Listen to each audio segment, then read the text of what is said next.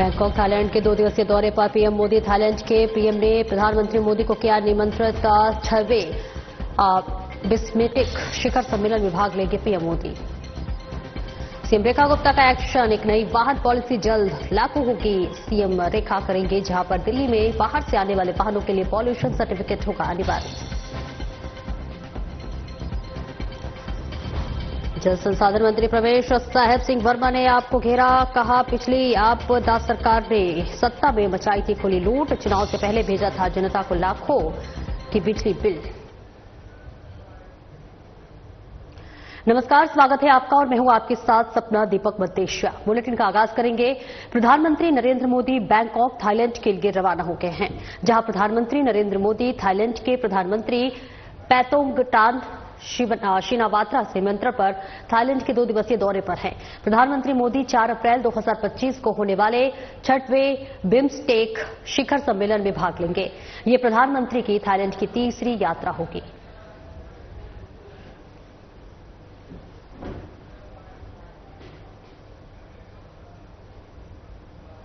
और वहीं दिल्ली की मुख्यमंत्री रेखा गुप्ता ने बताया है कि सरकार जल्द ही एक नई वाहन पॉलिसी लेकर आएगी, जिसमें दिल्ली से बाहर से आने वाले वाहनों के लिए अनिवार्य पॉल्यूशन सर्टिफिकेट का प्रावधान होगा। हम इसके अलावा, ये तो बात होगी पब्लिक सेक्टर की, परंतु केवल पब्लिक सेक्टर से काम चलने वाला नहीं है। जनता जो अपने प्राइवेट व्हीकल खरीदती है, उसको भी हमें इलेक्ट्रॉनिक व्हीकल की ओर लेके जाना पड़ेगा। इसके लिए सरकार की ओर से इलेक्ट्रॉनिक व्हीकल पॉलिसी बनाई जाएगी, जिसमें अधिक से अधिक प्रोत्साहन जो है जनता को दिया जाएगा, ताकि वो लोग इलेक्ट्रॉनिक व्हीकल लें, उसका उपयोग करें और इस पूरे के पूरे वायु प्रदूषण को कम करने की दिशा में पूरी दिल्ली एक मुश्त एक साथ होकर के खड़ी हो। अभी वर्तमान में जितना टोटल व्हीकल दिल्ली में लगातार खरीदा जाता है, पिछले सरकार का मैं आपको फिगर बताती हूं, 6,80,000 टोटल व्हीकल खरीदा जाता है गया, और उसमें से 11% उसका मात्र 78,000 व्हीकल, जिसमें स्कूटर की बहुतायत है, वो ईवी था। तो हम चाहेंगे कि जनता इस और प्रोत्साहित हो कि अधिक से अधिक इलेक्ट्रॉनिक व्हीकल वो ले और उनका इस्तेमाल करे। ये हमारे एजेंडा में है।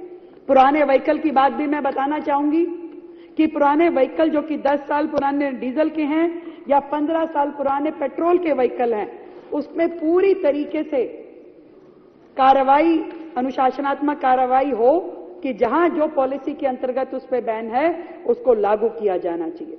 बहुत मजेदार बात बताती हूं अध्यक्ष जी, पिछली सरकार की मॉनिटरिंग की कैपेसिटीज कि एक बस यदि ब्रेकडाउन हो गई, किसी सड़क के कोने में खराब हो गई, वो थी नांगलोई की बस और साउथ दिल्ली में चल रही है, साउथ दिल्ली में खराब हो गई तो खड़ी रहती थी वो बस, कि नांगलोई से ही कोई बस ठीक करने के लिए आएगा और तब वो बस ठीक होगी और फिर जाकर, क्योंकि तब तक ट्रैफिक कंजेशन, तब तक पॉल्यूशन, हर पूरी वो असुविधा जनता को होती थी जिसकी और किसी का ध्यान नहीं था। उसके बाद किसी व्हीकल में चार्जिंग खत्म हो गई तो जहां की वो बस शुरू हुई वो वहीं वापस जाएगी, फिर चार्जिंग लेगी और उसके बाद आगे काम करेगी। तो आप समझिए कि इस पूरे प्रोसीजर में कितना ज्यादा समय का, साधनों का दुरुपयोग होता था। इन सारे छोटे छोटे पॉइंट्स को वर्तमान की सरकार कैटरिंग करेगी और जहां पे है इनके लिए समाधान देगी कि भाई अगर आपको बस ठीक करने के लिए जो कर्मचारी है वो आपको इमीडिएट जो लोकल आपका बस डिपो है अगर वहीं से आता है तो उसमें क्या दिक्कत है। अगर आपको बिल्कुल नजदीक के स्टेशन से, नजदीक के डिपो से चार्जिंग मिल जाती है तो आप क्यों नहीं लेंगे उसको। ऐसे छोटे से छोटा और बड़े से बड़ा कारण जो कि प्रदूषण से जुड़ा हुआ है, उन सब को सरकार ध्यान में करके काम करने वाली है। लाखों व्हीकल दिल्ली के सारे बॉर्डर से दिल्ली के अंदर रोज आते हैं। उसके अंदर आने के बाद में उनका क्या पॉल्यूशन लेवल है, वो किस पैरामीटर पे चल रहे हैं, इसकी किसी को कोई जानकारी नहीं है। कौन व्हीकल आया, कितना पॉल्यूशन दे गया, कोई चेक करने वाली अथॉरिटी नहीं है। ना इनके पास स्टाफ है, ना इनके पास पॉलिसी थी, ना ये इस काम करने की इनकी मानसिकता थी। अब हम नई सरकार की ओर से दिल्ली से बाहर से आने वाले व्हीकल जो दिल्ली की बाउंड्रीज में आते हैं उनके लिए भी एक नई पॉलिसी लाएंगे कि उनके लिए कौन सा पॉल्यूशन सर्टिफिकेट लागू होगा, उनको क्या क्या मायने होंगे, उन्हें क्या क्या करना होगा दिल्ली में आने से पहले, ताकि दिल्ली में आने वाला एक भी व्हीकल ऐसा ना हो जो दिल्ली को पॉल्यूशन देके जाए। इसकी पूरी योजना हम करेंगे। आपने बहुत सारे हमारे साथियों से सुना कि कैसे रजिस्ट्रेशन देने के लिए, कैसे पॉल्यूशन सर्टिफिकेट के लिए धांधलेबाजियां हुई। यह अड्डा बन गया भ्रष्टाचार का।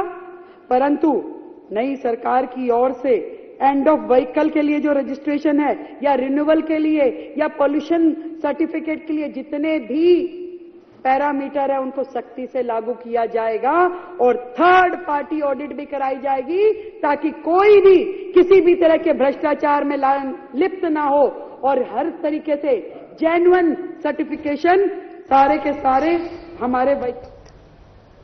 और दिल्ली के मुख्यमंत्री रेखा गुप्ता ने पंजाबी बाग क्लब में आयोजित सम्मान समारोह में शिरकत की। उन्होंने कहा कि यह आयोजन समाज में सेवा, समर्पण और उत्कृष्ट योगदान को प्रोत्साहित करने का प्रतीक है। इसके साथ ही उन्होंने सभी को बधाई दी। दिल्ली की मुख्यमंत्री रेखा गुप्ता ने कहा कि सरकार ने पर्यावरण सुधार की दिशा में बड़ा कदम उठाते हुए 70 लाख नए पौधे लगाने का प्रण लिया है। यह कदम स्वच्छ और हरित दिल्ली की दिशा में एक बड़ी पहल साबित होगी। नमस्ते, आपके माध्यम से पूरी जनता को, दिल्ली की जनता को बताना चाहती हूं, ना केवल इतना, इसके अलावा तीसरा पॉजिटिव काम कि दिल्ली में हरित दिल्ली, ग्रीन दिल्ली, पौधे लगे। इससे पहले की सरकारें पौधे लगाती थी परंतु कागजों में। मैं आपको अपनी शालीमार बाग विधानसभा का बताती हूं, पिछली सरकार की पिछली विधायक ने 8 करोड़ रुपए का टेंडर उठाया कि पौधे लगाएंगे सेंट्रल वर्जिस में। एक भी पौधा पूरे क्षेत्र में कहीं लगा नहीं, एक भी पौधा नहीं लगा। ऐसा हर जगह पूरी दिल्ली में हर जगह हुआ है कि कागजों पे पौधे लगे, उगे, पर जो फल निकला वो सरकार के ये लोग खा गए। कोई सरकार ने जो किया जनता को उसका 1% भी लाभ मिला नहीं। हमारी सरकार ने 70 लाख नए पौधे लगाने का काम करेंगे, ऐसा हमने प्रण किया है। और वहीं मुख्यमंत्री रेखा गुप्ता पंजाबी बाग में आयोजित एकल श्री राम कथा के आयोजन में शामिल हुई, जिसकी जानकारी देते हुए कहा कि श्री राम कथा में सम्मिलित होकर पूज्य रमेश भाई ओझा जी के सानिध्य में आध्यात्मिक आनंद की प्राप्ति हुई है। प्रभु श्री राम समस्त दिल्लीवासियों को सुख, समृद्धि और शांति प्रदान करें।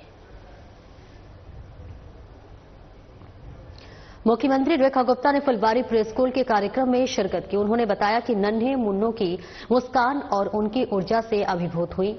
यही प्रारंभिक शिक्षा बच्चों के सर्वांगीण विकास की नींव होती है।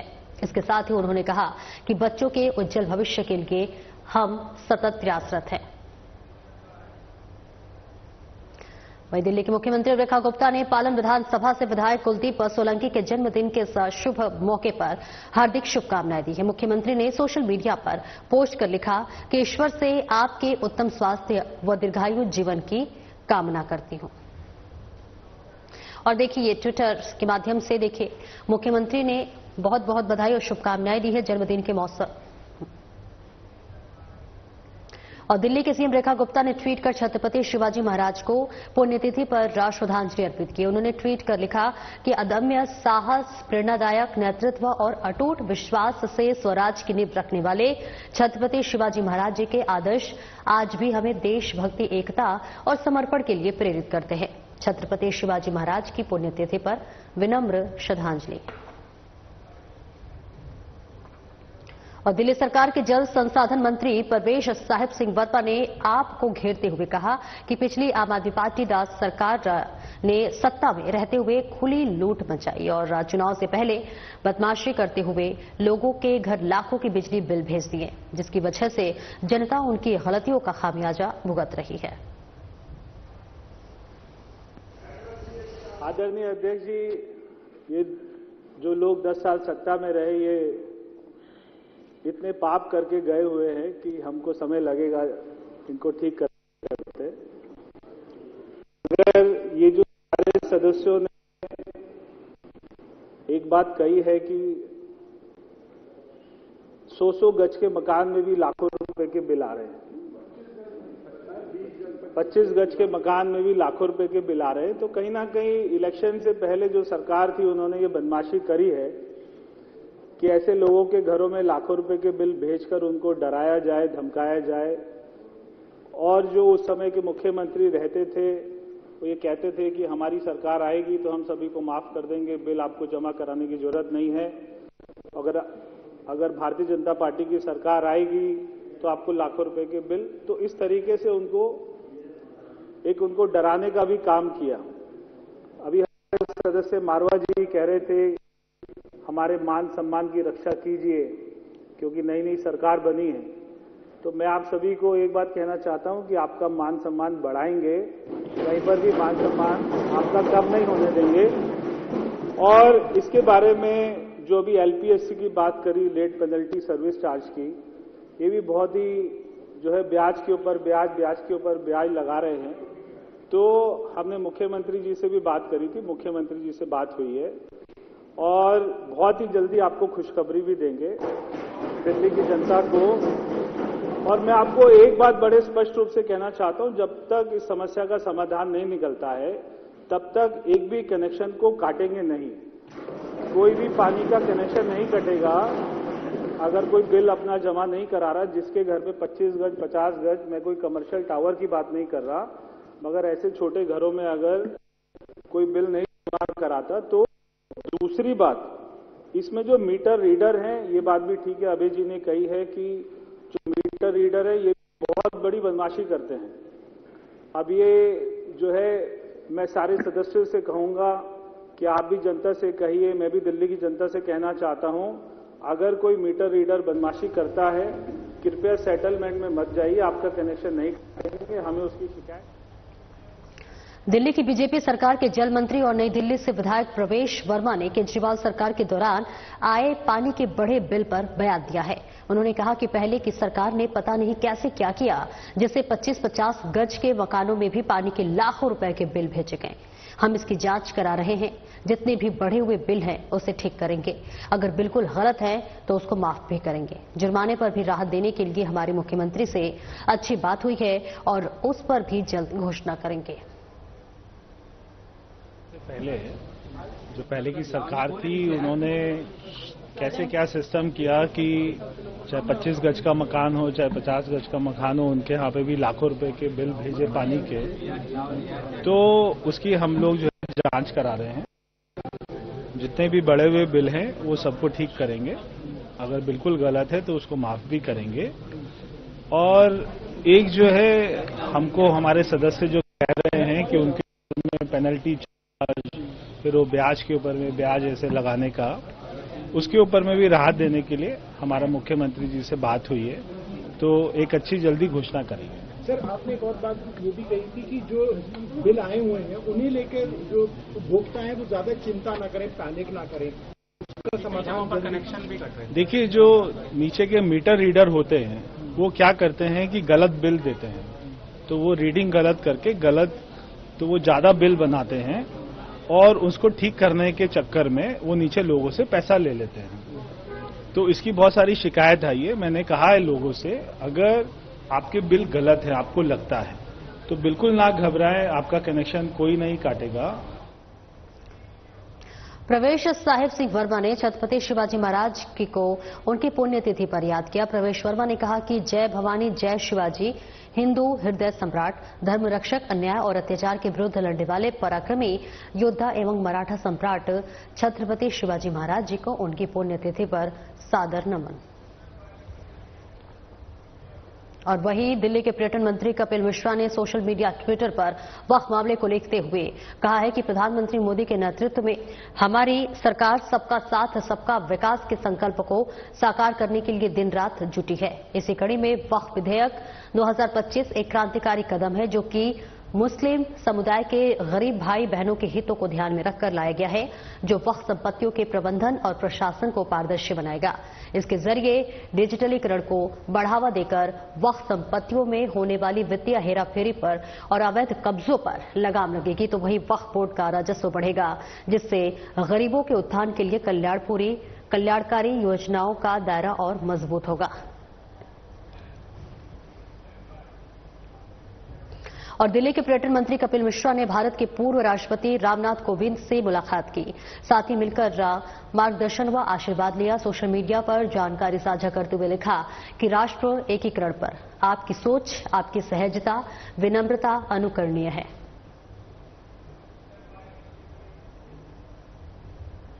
दिल्ली सरकार के पर्यावरण, वन एवं वन्यजीव मंत्री मनजिंदर सिंह सिरसा ने कहा कि अब अरविंद केजरीवाल जी और विपक्ष के सभी नेता कैग रिपोर्ट से भाग रहे हैं और इसी के साथ साथ केजरीवाल जी को मैं बताना चाहूंगा कि दिल्ली में आप लोगों ने जितना भ्रष्टाचार और लूटपाट की है उसका हिसाब तो देना पड़ेगा और भागने से काम नहीं चलेगा।